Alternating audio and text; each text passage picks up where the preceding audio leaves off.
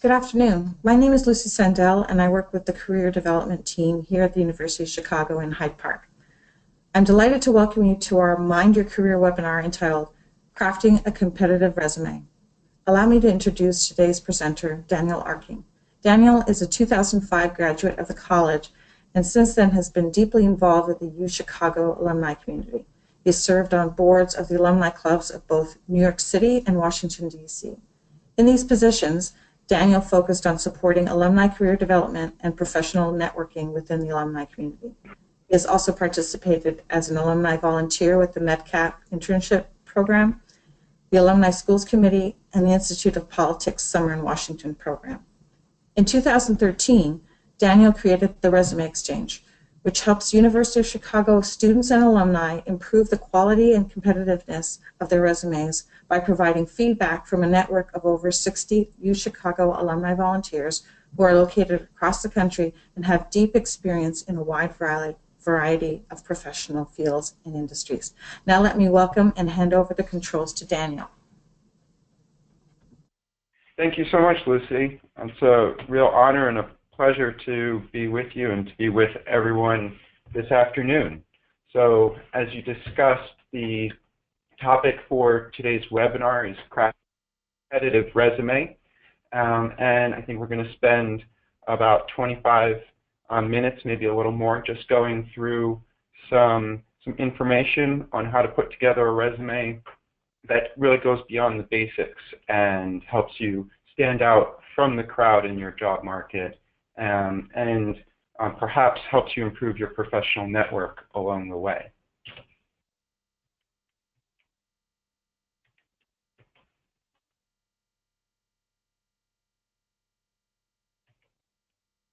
So again, just as Lucy said, a little bit about me.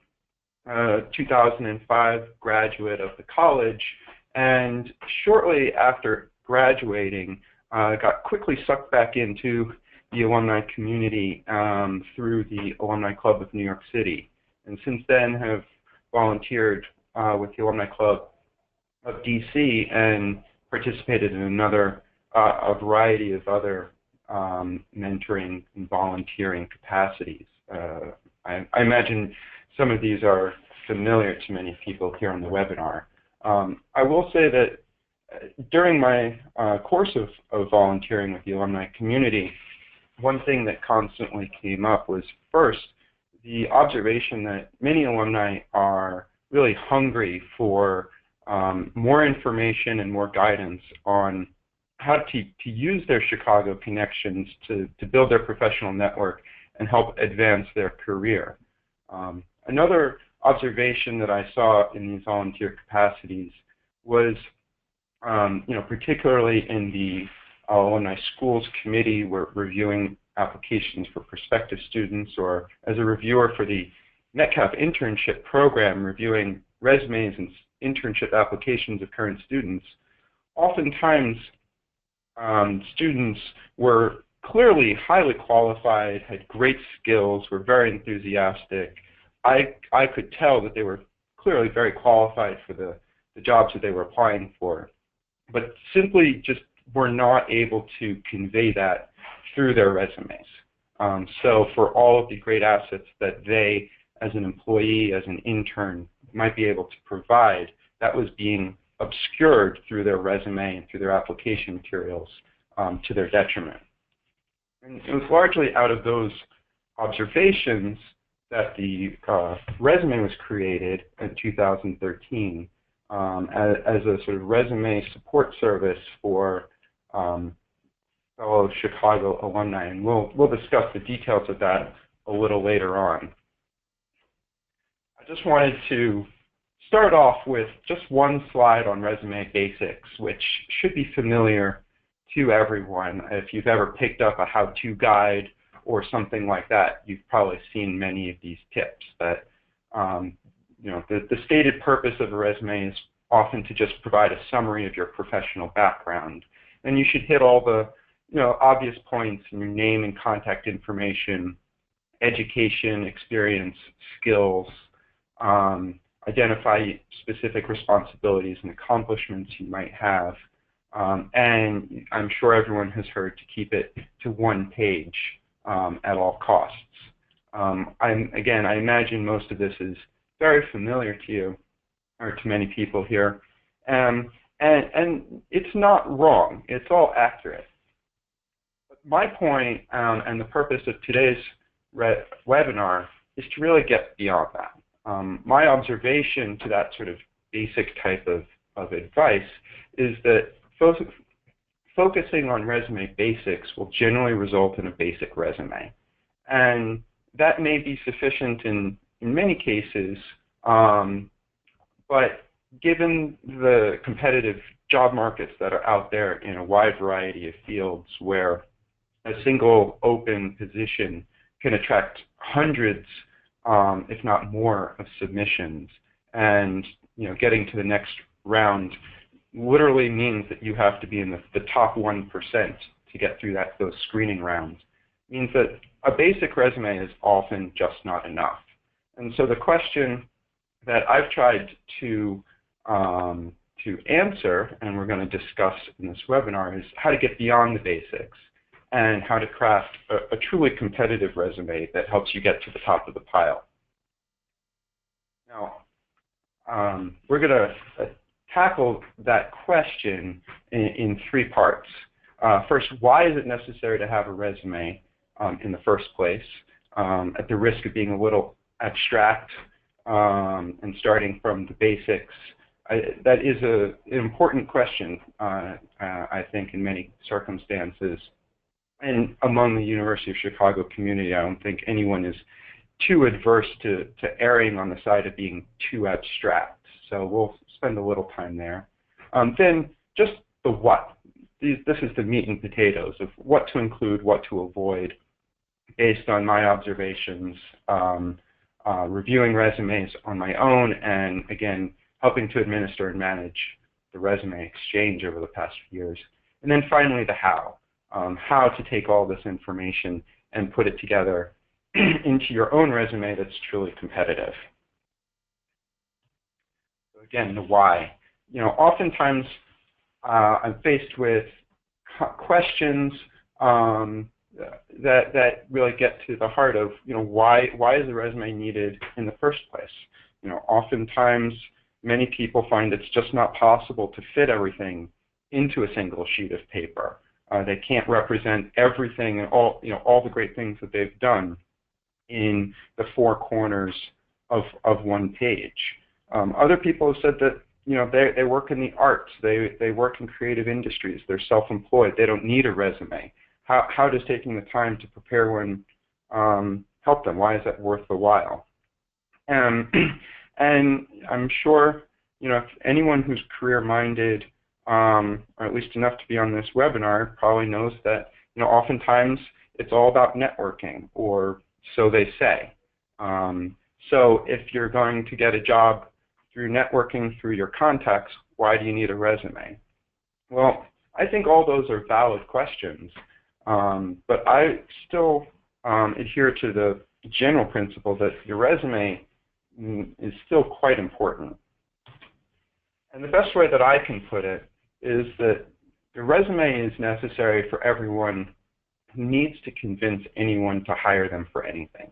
So unless you are truly self-employed and you don't need to convince anyone to hire you, to engage you, whether as an employer, as a client, etc., the exercise of going through building a resume and having a really competitive, impressive resume on hand is very valuable and a worthwhile exercise.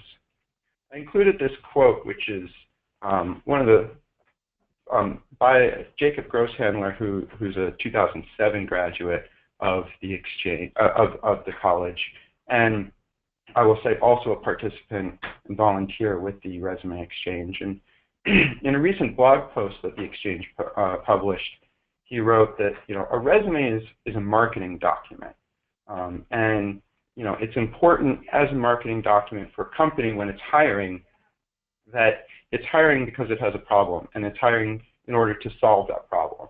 And so your resume is the advertisement that explains to that employer how you can fix their problem. So that's hopefully a very concrete way, very tangible way of framing exactly how your resume is a tool as part of the broader career development effort. Again, not to displace the value of networking or online services or matching services or anything like that. But even if it's not going to get you a job all on your own, it's still quite valuable. Now, one analogy I actually have in the vein of Jacob's advice is I've personally always analogized a resume to a movie poster. We've all seen them, just about every movie that comes out, no matter how big or small, we'll take the time to put together a poster. And these are three of my favorite. I'm sure all these movies are familiar to everyone. I love the Rocky poster because even though it's a movie about boxing, there's nothing in this photo that indicates that, but it's still compelling and it draws us in. I don't need to say anything about Jaws.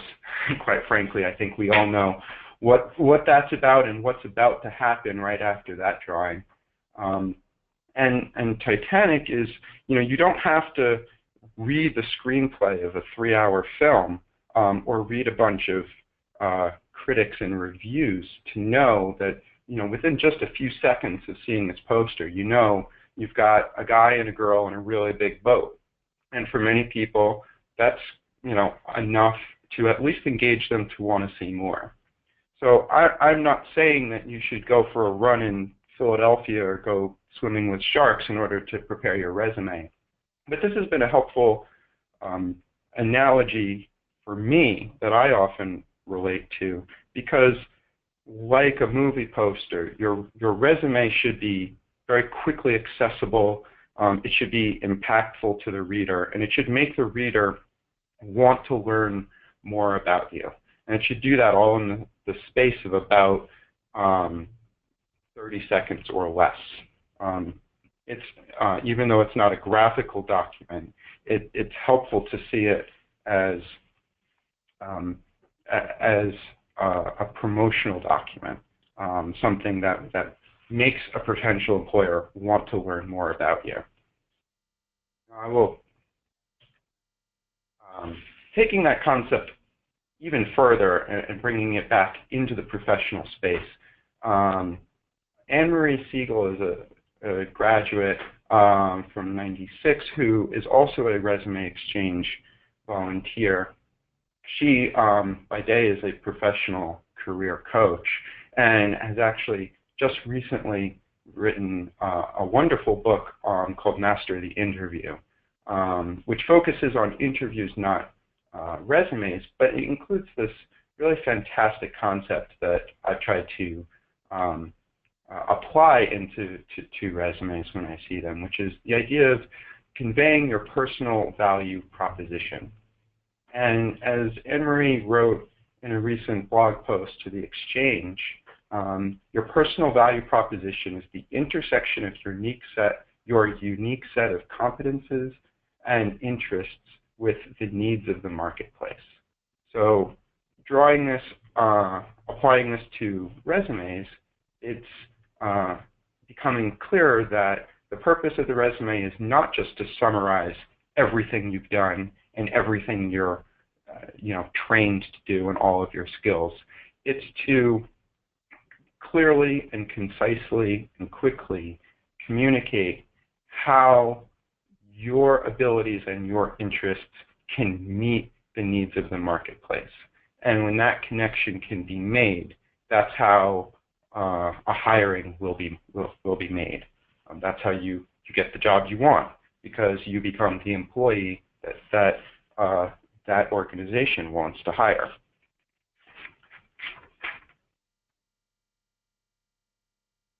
So hopefully, with all of this, even though it's been fairly abstract, I hope it's clear exactly what the purpose of a resume is. So again, networking is important. Using online tools are important, but the practice of preparing a resume and going through the effort to make it a clear and competitive resume, going beyond just the basics that you might find in many guides, is still very valuable and still very important.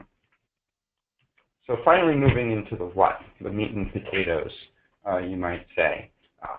Oftentimes, when I ask people ask them the what question, they often just go section by section from the top of the page to the bottom. I often see a resume slightly differently. I see it more as almost like a layer cake. The first layer being the structural framework. So your header, your name, your contact information, and then just the section headers. These are the most prominent, almost titles for each section of your page. Then filling that in with the building blocks. So you're identifying within your education section, which institutions, which degrees have you earned. Within experience, which jobs to include. Oftentimes as professionals become more experienced, there's simply not space to include everything you've done. So you do have to make choices, and those can be very important choices. And then finally filling in those building blocks with the specific content. And that's just, it can be a short, brief, but detailed description of exactly what you did, either what you studied or what you performed in each job. And then finally, literally the icing on the cake is the presentation, the form, the format, how your resume looks visually. So even though it's basically a text-based document, it's still important to think about what its visual impact is on the reader. And if you ask most recruiters or hiring managers, and I would say from my own personal experience, this is largely how a resume will get read in the first instance. It's the structural framework, it's the headers that will draw a reviewer's eye in. And with the right headers, will entice the reader to look further towards the specific building blocks, and then hopefully to read the detailed content for each of those blocks. So the next few slides will just go through each of these layers in turn with a little bit of advice in each step along the way. So first, just the structural framework. Again, this is pretty bare bones and probably seems very logical for many people very quickly. A few tips that I've picked up along the way. Just make sure to provide your full name, not any abbreviations or nicknames, so that your resume can actually be matched to other documents in your application. Provide your personal email and phone. I've seen many people who provide their work email and phone, and they do so at the risk of having a current boss or supervisor take messages from a potential future supervisor, and that is not a situation you want to put yourself in. And I've also seen, on the email, I definitely recommend make sure that your personal email is professional enough. You'd be surprised at how often sometimes people's personal emails may provide a little too much information about themselves. I've seen one example that always stuck with me is, I think, dadbod@hotmail.com or something like that. Now, that may be true, an accurate description of you, but that is not something you want to be communicating in your professional resume. Because I guarantee if someone sees that email at the top of the page, they're really not going to be thinking about anything else for the rest of the page. So everything below that will be squandered. Moving a little further down, I often see questions about the education header. Where should it go? There's no single right answer for that. I often say that a good rule of thumb is that it should go near the top where for recent graduates and for students, but more experienced professionals often move that to the bottom, below their experience and their specific skills. And that really just reflects the relative importance of your education. When you're in school or newly out of school, that is going to be a prominent part of your personal value proposition. And so that's something that you're going to want to emphasize more. As you build up more experience, take on a variety of different jobs throughout your career, that's going to be more prominent and thus become more impactful in telling your story and showing your value. So that will change over time, and that's okay. As for experience, it's very easy to just literally write the word. It's very self-explanatory. But I encourage people to take some time on that section header. Oftentimes it's not just experience, it's the particular type of experience that you may have, that you may want to emphasize to connect with the interests of what a prospective employer is looking for. So I'll use myself as an example. I'm an attorney. If I am looking for work in a private practice, I would probably emphasize legal experience.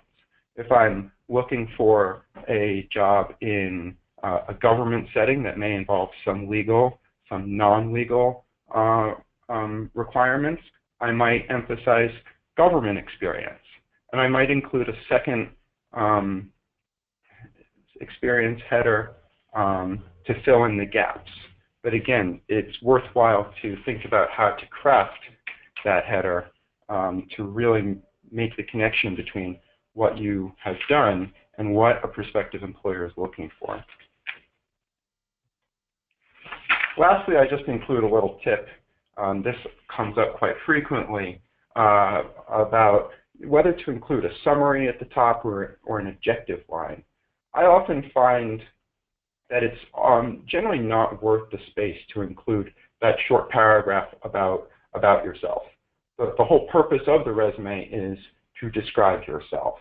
I would generally only recommend a short summary paragraph, if the sum of your education and experience and other content doesn't necessarily convey what you're trying to do. This could come up if you're trying to re-enter the workplace or make a career transition or tack in one direction very sharply and depart from your previous work and your previous educational background. In that case, a short paragraph, a sentence or two can be helpful to communicate where you're trying to go more explicitly. But I will note that is not to say what your objective is. I see this quite frequently. People ask, what should the objective of the resume be? And ultimately, it's to get a job. And you know that, and employers know that, and so it's really not worth the extra line of space to state that in and of itself.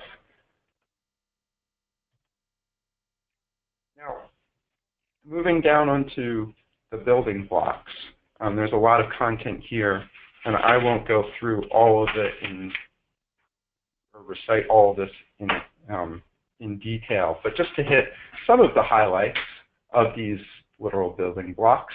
On education, I think it's probably pretty intuitive to include the basic information for any degree that you've gotten, the institution, the type of degree, if you had a major or concentration or anything like that. I'm often asked about GPAs, and I generally say include them if they're good. If they help, promote you and shed good light on your academic background, then it's okay to include them. However, if they may, for any reason, be less impressive, or perhaps your many years out of school and your specific GPA is less important, it's perfectly fine to drop that off. just say be consistent for all of your degrees. If you have undergraduate and graduate degrees, either include them in each instance or not.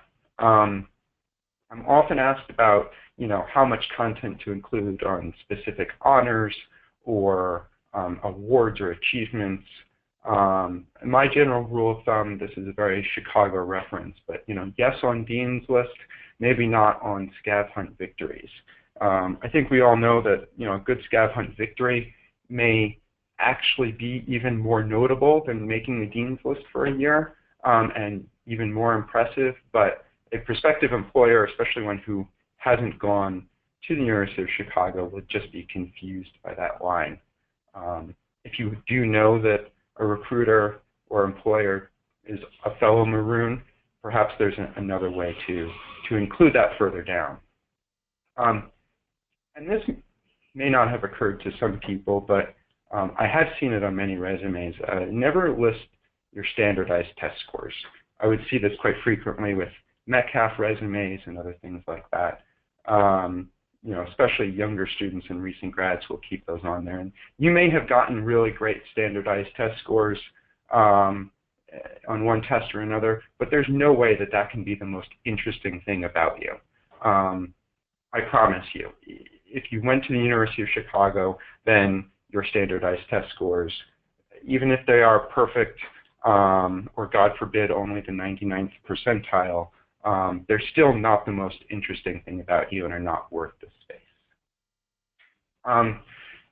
Moving over to, again, your work, your experience, a few things that may not be completely intuitive is that, again, you may have accumulated, or inevitably everyone will accumulate, more experience, number of jobs, activities, internships than will simply fit on one piece of paper. And so you inevitably will have to make choices about which jobs and previous work to include, which ones to de-emphasize, and perhaps some that are not worth including anymore.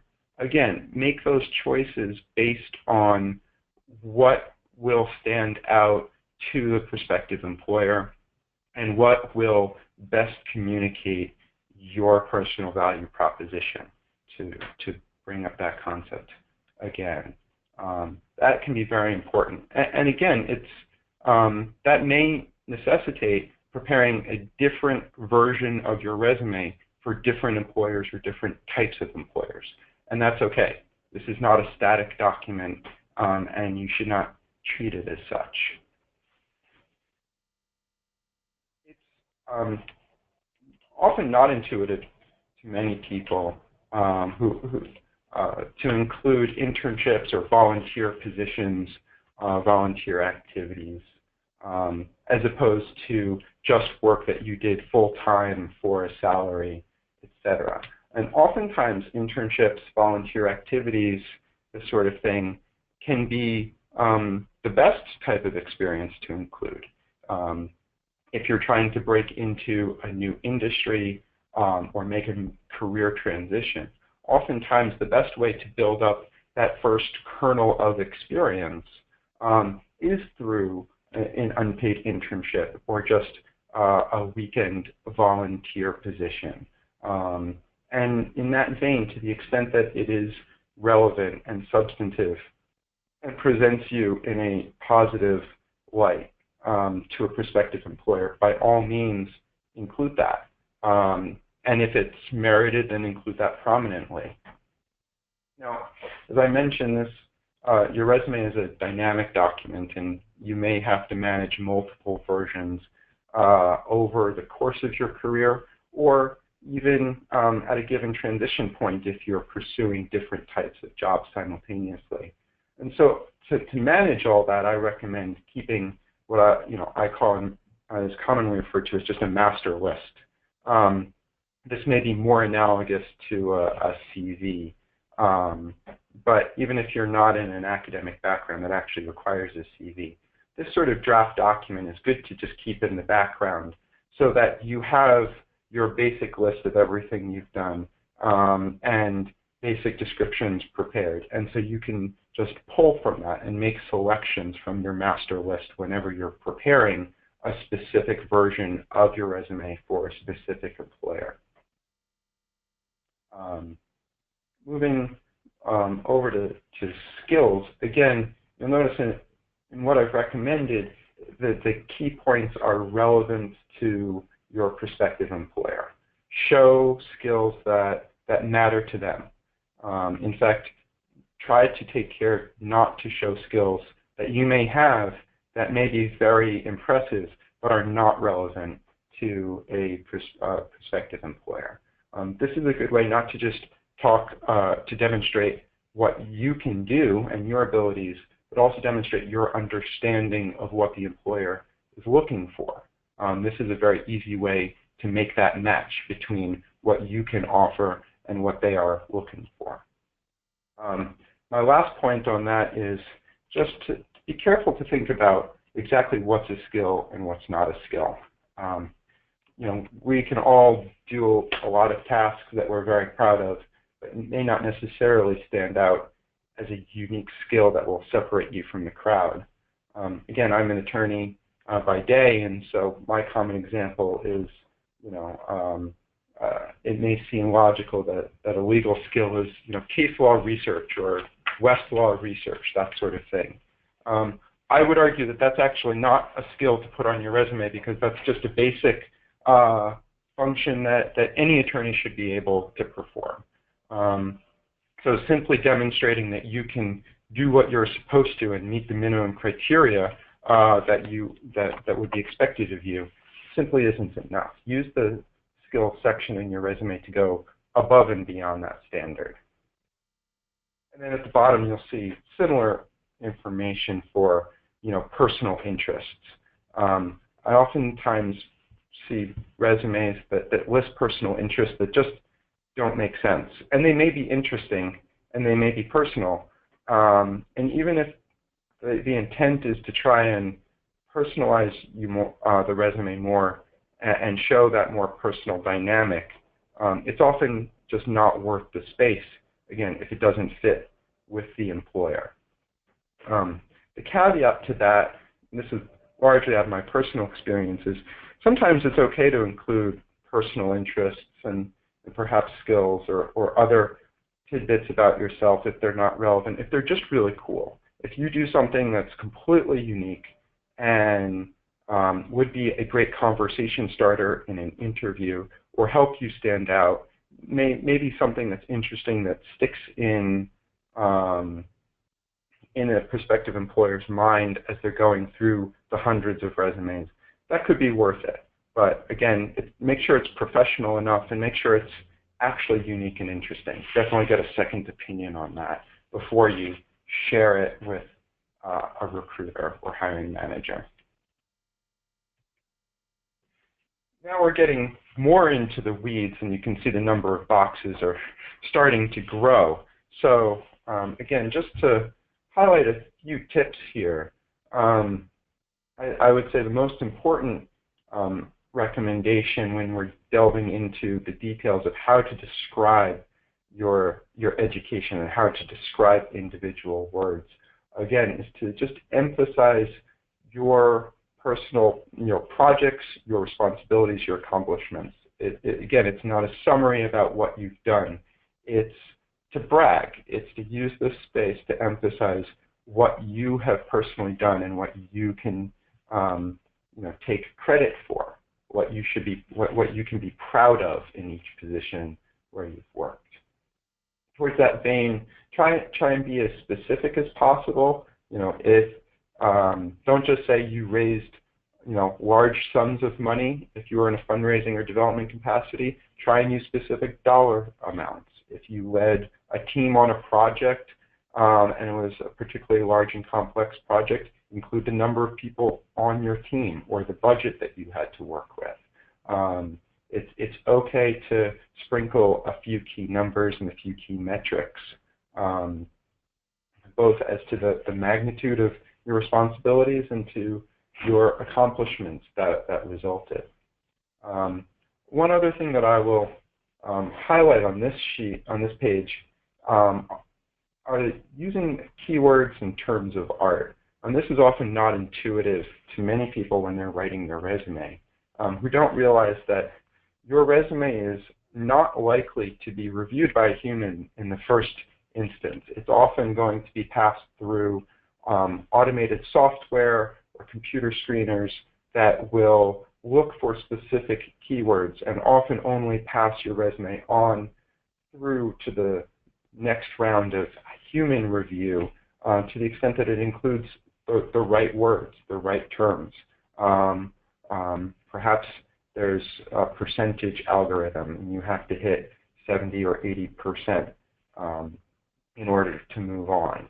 So it can be very hard to figure out what keywords to use, what terms of art to sprinkle through your resume.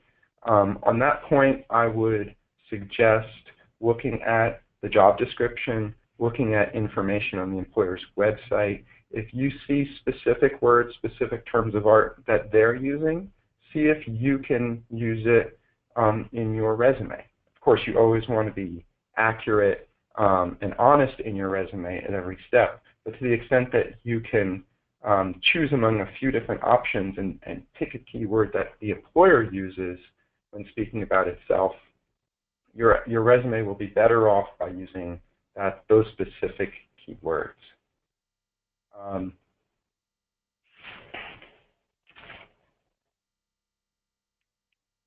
The last thing I'll put on this slide I'll discuss is the purple box in the lower corner about emphasizing or de-emphasizing content. Again, the specific entries that you'll have to use or that you'll end up choosing for a resume should emphasize how you match with your employer, and you can achieve that by providing relatively more content or relatively less content in the associated description. So if a job is your current position or very recent, and again, is very prominent component of demonstrating your personal value proposition, you may want to add 3 or 4 bullets, a couple longer sentences to flush out and take up more space to discuss what you've accomplished. As time goes on and you accumulate more experience, that description may not need to be so long, and it may not be worth the space. So those 4 bullet points may get filtered down to 3 or 2 or even just a single line over the course of your career. So it's not just what you put, but also how much that can be important to really emphasize your personal value proposition for your resume. And finally, back to the icing on the cake. Again, this is a visual document, and so even though it's filled with text, it should be visually appealing. It should be accessible. It should be easy to read relatively quickly. And so I just included a few points towards making it clearer, more concise, more accessible. Something, again, going back to the movie poster analogy, something that a viewer or a reader can absorb in just a few seconds and engage them and make them want to read more and learn more about you. Now, the consequences of this are probably pretty clear to many of you, but just to drive the point home a little bit more, as I mentioned in my, reviewing resumes of students and prospective students, you may have a great education, you may have great experience, you may be exactly the perfect person for a given role. And if your resume is, typo-free and well formatted and easy to read and really tailored towards what the employer is looking for, then you will be effectively given credit for all of those great qualities. You'll be seen as organized, professional. Your experience will shine through. And it's based on those qualities that you'll probably be more likely to be considered for an interview and perhaps for the job you're going after. But without making any changes to the left-hand column to your personal qualities, if your resume has typos, is inconsistently formatted, is just hard to read and inaccessible, and really doesn't connect with what the employer is looking for, then the employer's perception of you will be drastically different. You will be seen as unorganized, unprofessional, inexperienced, and you are much less likely to be considered further. And so simply how you present the great qualities you have can be hugely important in order to move forward to the interview and hiring stages. So finally getting to the how. I always suggest 3 basic steps. First, prepare the best resume that you can on your own. You know everything that you have done, everything that you have studied. You know your own interests better than anyone, and so take the time to at least make that master list, and then take a little more time to try and condense it down into the best resume that you can create. Not only will that ensure that your resume reflects you, your background, your abilities, your interests as well as possible, but going through that process will help you, have all of these great qualities in the tip of your tongue. You'll be that much more familiar with everything you've done and are able to do. When it comes time to interviewing or networking, these are great little tidbits about yourself, to have on the tip of your tongue. And going through this process will be very helpful towards that end.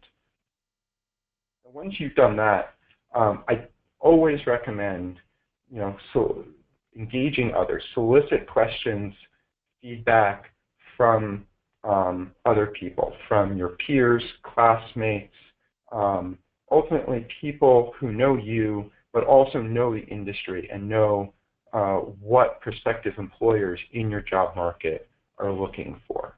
Now, that's a little simplistic model, but oftentimes anyone who has built up some experience knows something and may know quite a lot about what their job market is, or what prospective employers are looking for in their application. But getting that outside perspective, I say, is always helpful. And then finally, repeat, repeat, repeat. This is a dynamic document. It's truly a living document, and it will change and grow and evolve throughout the course of your career. So it is always a good time, whether you're making a career transition, just changing jobs, getting a promotion, or perhaps it's just been a little while.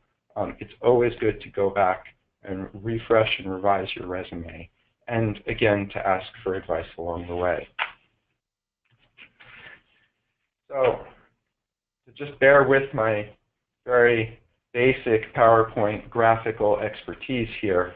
Again, if it's just a matter of you preparing your resume to try and penetrate into the job market, you're probably going to have a hard time, because you may know all about you, and you may know a reasonable amount about the job market, but chances are it's just too much to expect any one person to be able to know both everything you've done and where you'd like to go all on your own.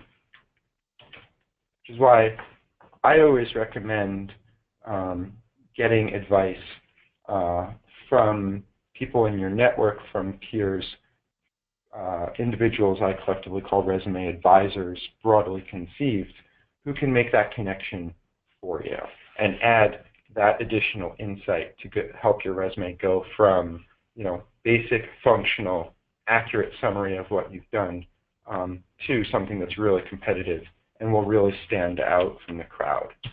And again, along the way, by engaging a resume advisor, you can build a new connection and expand your professional network. And that connection can be helpful for future iterations of your resume or for purposes completely unrelated to your resume, general career guidance,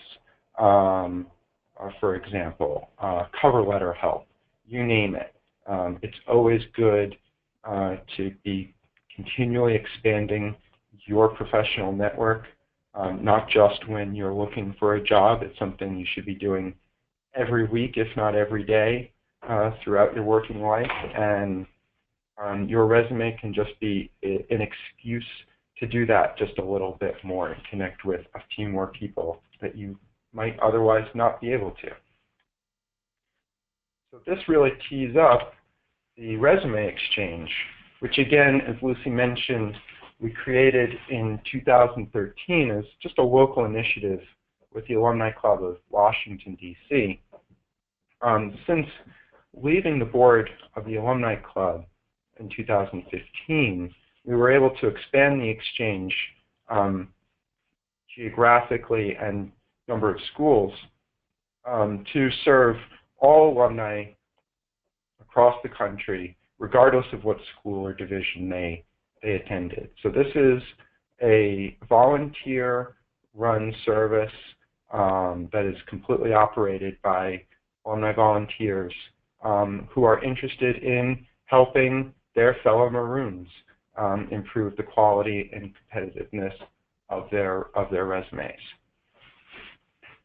Since we've started, we now have about 60 alumni participating as volunteer resume advisors, and since 2013, we've helped about 320 students and alumni with their resumes. So it's been really gratifying to see it take off. About actually half of that number has taken place just in the past year as we've grown the scope to serve more alumni and students.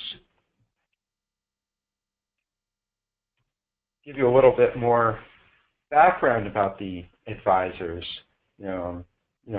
They collectively represent a wide variety of fields in law, business, medicine, a number of consultants, government, policy, foreign affairs, especially because of its growth out of the DC job market. Many advisors with great expertise in a wide range of domestic, foreign policy, economics, pretty much the gamut of the types of expertise and skills that would be emphasized in the federal government. But as well, also nonprofits, arts and media, marketing and communications. Our goal was to assemble a great core of advisors who collectively have a huge breadth of information. And as you can see, are spread across the country.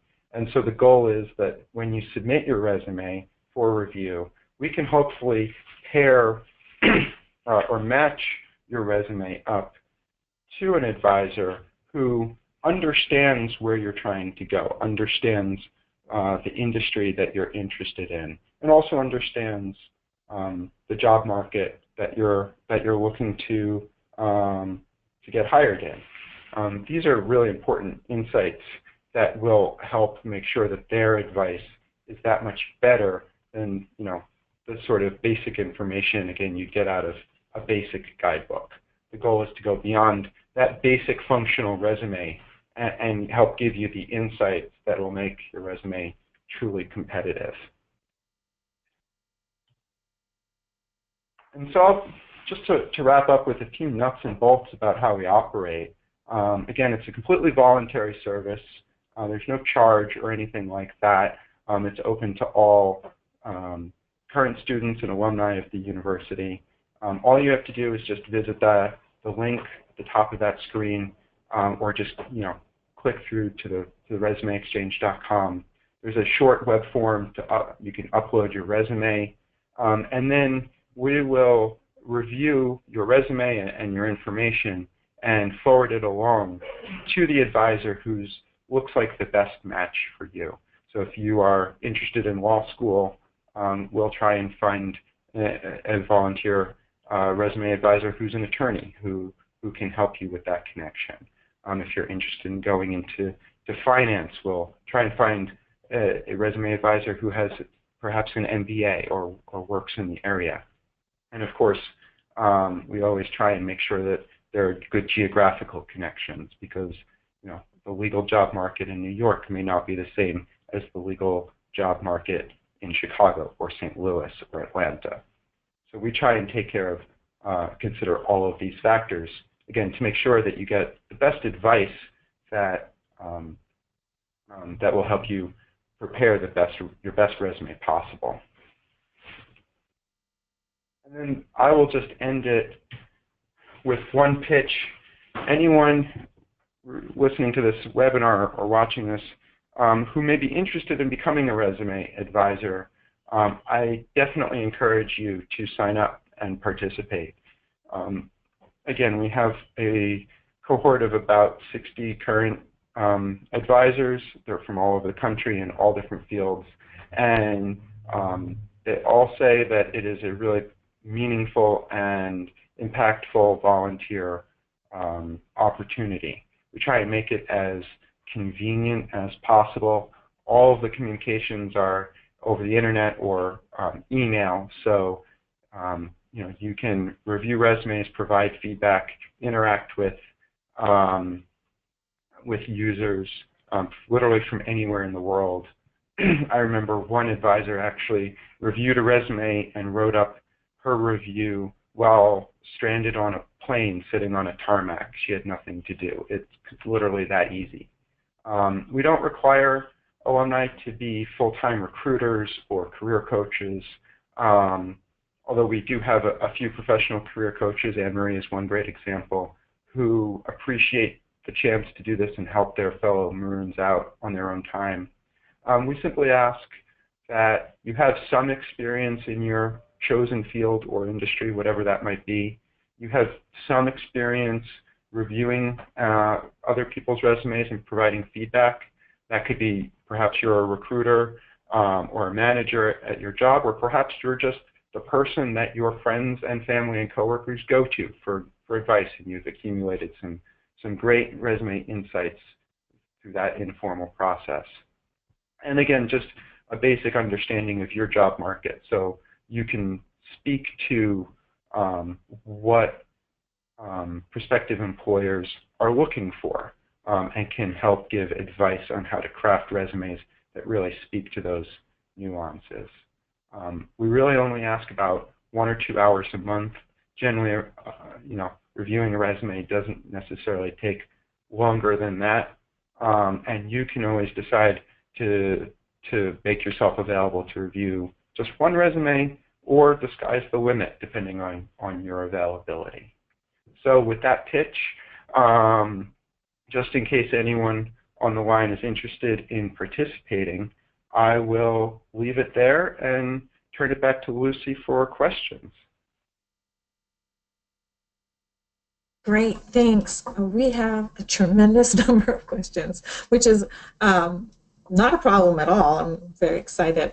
I think a lot of the initial questions you answered. So if anybody has any, if anybody missed it, then go to the link that I'll send you, and you'll hear what Dan has provided to us. So one of the questions was kind of a real estate question about the resume itself. You mentioned address, email, and phone on the same line. Is that standard? I would actually say, and I don't mean to be punting this question, that there really is no standard, and I've tried to actually stay away from providing very strict advice about what is right and what is wrong, because again, this is a document that will be unique to everyone.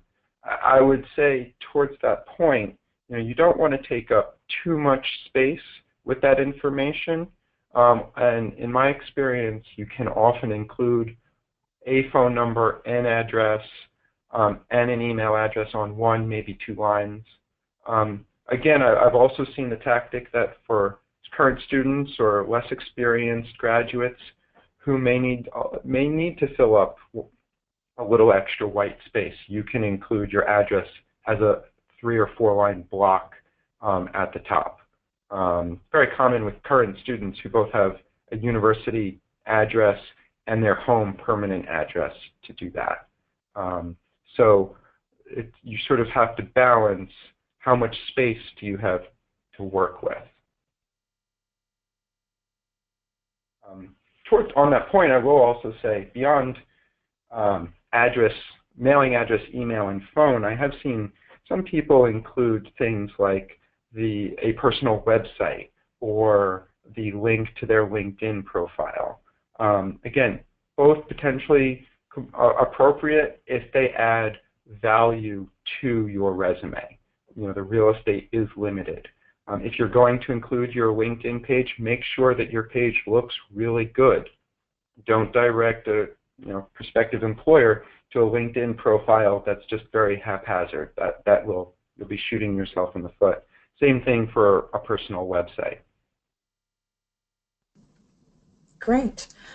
You mentioned the GPA for students, or I guess very recent graduate. What would you constitute, or what would you consider a good GPA? I would say a good GPA is anything that was higher than mine when I was in Chicago, and I'm not going to share what that was. I would say if the common rule of thumb that other people have given me is it should be, something with a 3 in front of it is generally helpful. Again, if you're in a very competitive field that will look for academic credentials and screen for that, then it can be important to to emphasize only a very good GPA that may be a 3.5 or higher. Again, it really will depend on the expectations of the employer. I will say from personal experience, when I was newly out of law school going through the recruitment process, your law school GPA is one of the most important things that large firms will look for. And so, it was very important for me to include that prominently in my academic education section. As I move on in my career, currently working in a governmental position, that GPA may be less prominent, and it's easier to take it off entirely, or more relaxed to leave on a GPA that's relatively lower. Great. This question, I haven't seen too much in this country, but I've seen it more in Europe and other countries. Somebody was asking about including a headshot. This person is an experienced IT professional, and the current resume doesn't seem to be getting traction, and they're hoping to get into Google.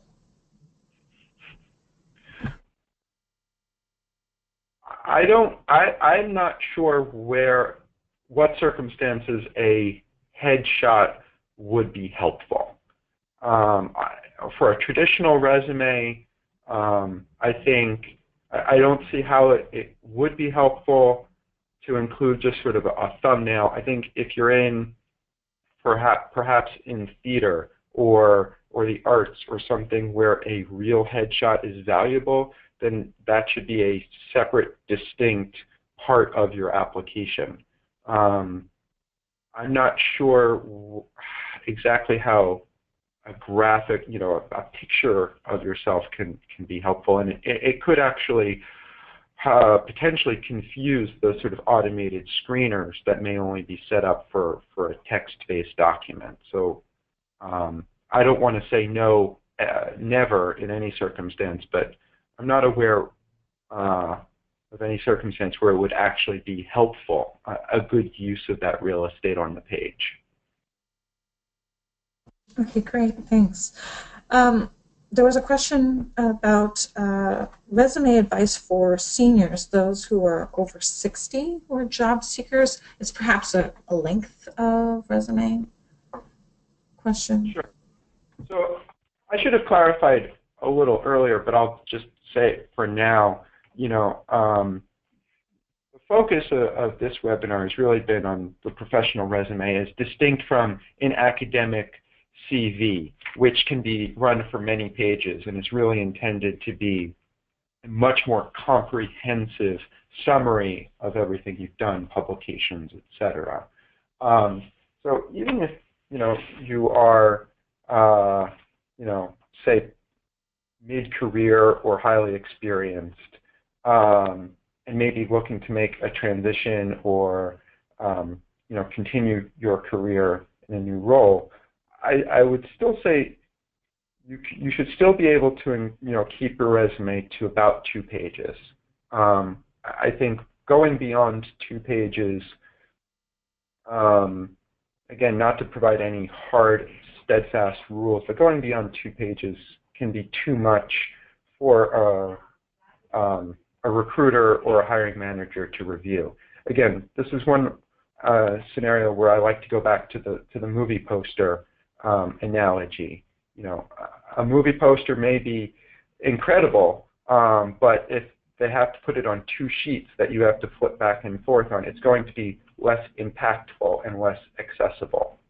So I would say as you accumulate more experience, you may need to take more care in the editing process in choosing which experiences you have accumulated to emphasize. Great. And for people who have somewhat relevant and other not so relevant experiences, would you leave out the irrelevant completely, risking a gap in your resume, or just put bare bones information? Worked here these number of years. Sure. Continuity is important in and of itself. Whether that it's fair or not, in many industries, employers want to know that you've been working continuously. But that can involve, again, full-time, paid employment. It could involve, full-time studies. It could involve, volunteer activities, internships, other sorts of things like that. So to the extent that you can provide a continuous record of activity, broadly conceived, that is good. And if you need something that may be less relevant, but something you worked on for a couple of years that fills up a large gap in your resume, I would say include it. Maybe include just a single line or a single sentence in your description, and try and take some care to tailor that description to be as relevant as possible, of course, without being dishonest or inaccurate. Great. This question, I could have written it. Under the topic of experience, what if you've had multiple roles within a couple of organizations? How would you highlight what achievements make the most sense for this new job? Again, you can take some liberty in the fact that you don't necessarily have to describe everything you did, and you don't necessarily have to prioritize your accomplishments and responsibilities based on simply how much time they took up. You should emphasize the specific responsibilities, projects, activities, and accomplishments that both display your performance in its best light and accurately, within reason, sort of convey the nature of your role. So that's a very soft and fuzzy way of describing it, but I'm being soft and fuzzy on purpose to emphasize that in crafting a description for a given job, you do have significant leeway on that issue. And if you've had multiple roles within an organization, I've seen that handled multiple ways. Sometimes the focus will be only on the most recent highest level position that you've had. Or perhaps you might want to split it and have 1 or 2 bullets on each of the positions that you've had. Again, think of all the positions you've had in a given organization collectively, and consider that whole sum of your work, and how would you describe it collectively to be as impressive and impactful as possible. Great. Now we're back to the resume exchange. I'm going to combine 2 questions. How should the resume be submitted? Is there a preference between Word or PDF? And what is the typical turnaround time for a response? Sure. So, in fact, I will go ahead at the risk of making a live change before a live audience. I will see if toggle to the website here if I can. This is the home page of the website, and you see 2 buttons at the top, if you can see on the screen: submit your resume or become a resume advisor. Just clicking through to submit your resume, you can see it's just a very basic web form. You can fill it out: name, email, a few basic questions about your academic background, some professional information, largely about what you've done and where you'd like to go. Again, this is information that will be very helpful for the advisor to understand, your background and your objectives to provide the best advice possible. And then at the bottom, you have space to ask specific questions that you may have. You don't have to have specific questions about your resume. You could simply just say, I'd like to have a better resume and I'm not sure how to do that myself. That is a perfectly valid question, and you do not need to articulate anything more than that. And then at the bottom is just a quick upload button. I recommend a Word file, and that is because many advisors like to actually go into the resume, make red line edits, make comments in the document, in addition to just writing out general comments that they'll provide via email.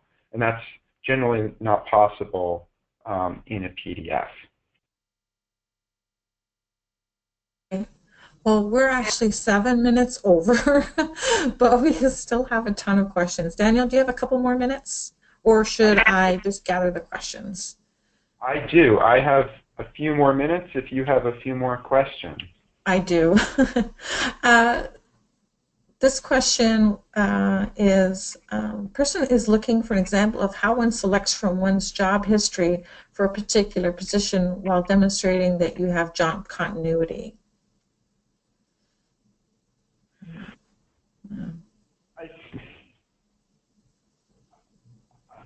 As I understand the question, it's a balance of, again, providing continuity on the page versus emphasizing, your best experience and your best value proposition.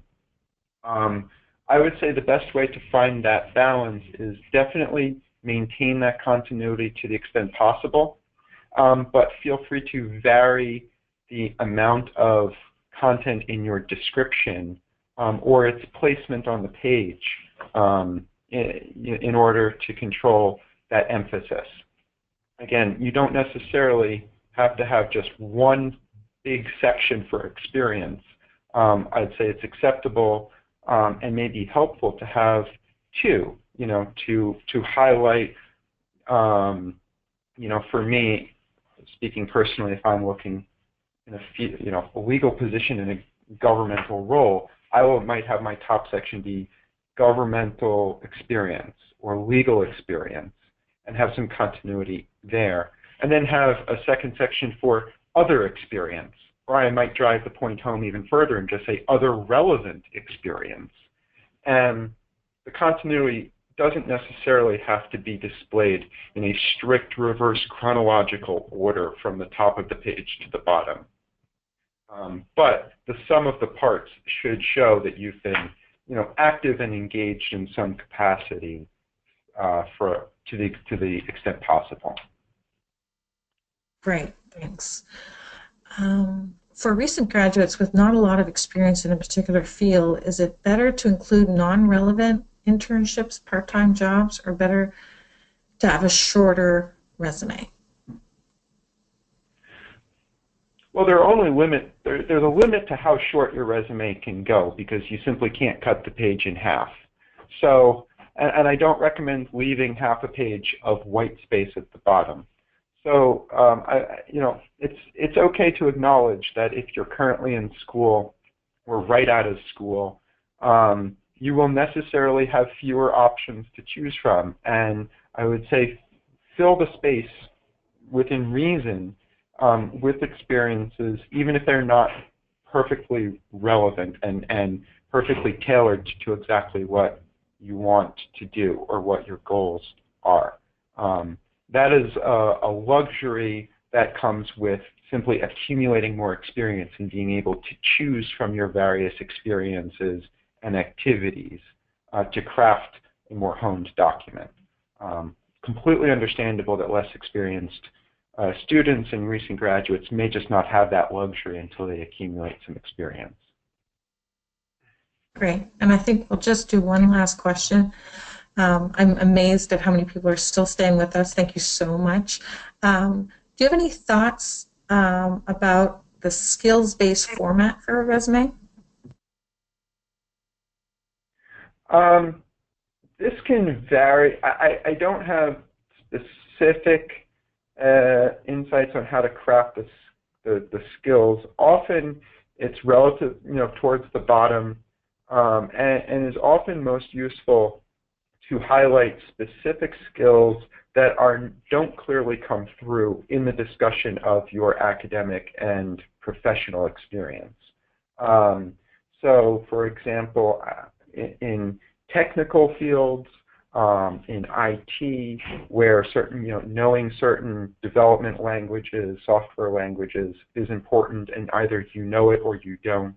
Hard skills like that are often most appropriately just listed in a line or two in the skills section.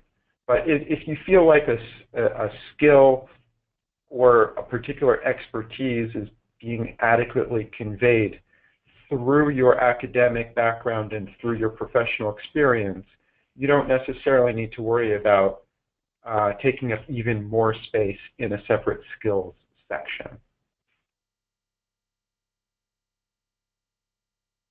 Okay, great. For anybody who's interested in the Brazen event that's following this, there is a separate login for that. So go to the careers website or go to your invitation that you received and log in there. I just want to say thank you so much to Daniel. I knew when I invited him to present to us that he would give a great presentation, and he hasn't let us down. Gave us tremendous amount of information, and just the sheer volume of questions shows that people were attentive and interested. And I'd like to thank you so much, Daniel. Really. It was my pleasure. It was my pleasure. I really greatly appreciate the chance to share some of this information. And if I could just keep everyone on the line for just 30 more seconds, I'll just say that a lot of what I presented today is, very much not my original insights, but is been accumulated just by participating and managing the exchange and watching, 50, 60 plus advisors provide fantastic insights and advice and guidance, as I said, to over 300 of their fellow Maroons. So it's been a real treat to set that up and watch that flourish far beyond what I was, could have imagined back in 2013. And towards that end, I'll just conclude with a shameless plug. If you think your resume could be a little bit better and you're not sure exactly how, feel free to submit it, and we'll do the best we can to pair you with a fellow alumni who can provide you the best possible advice that we can. And if you are interested in a convenient, low intensity but still meaningful volunteer opportunity, you know, the success and the capacity and the capability of the exchange really depends on the diversity and variety and expertise of its advisors. And so the more advisors that we can get to join, and the more diverse their collective experience is, the better of the service it will become. Great, thank you. And apologies to anybody who had a question we didn't get to. If you want to send it to me, my email address is going to, well, I'm sending you the link, so you'll have the email address. Please forward it to me and we'll get to it. I'm sorry we can't keep these going forever, but certainly if this is one that we should keep going forever, definitely we would if we could. Thank you again, Daniel, and thank you everyone for your attention and your participation. Bye, everybody. Have a good day.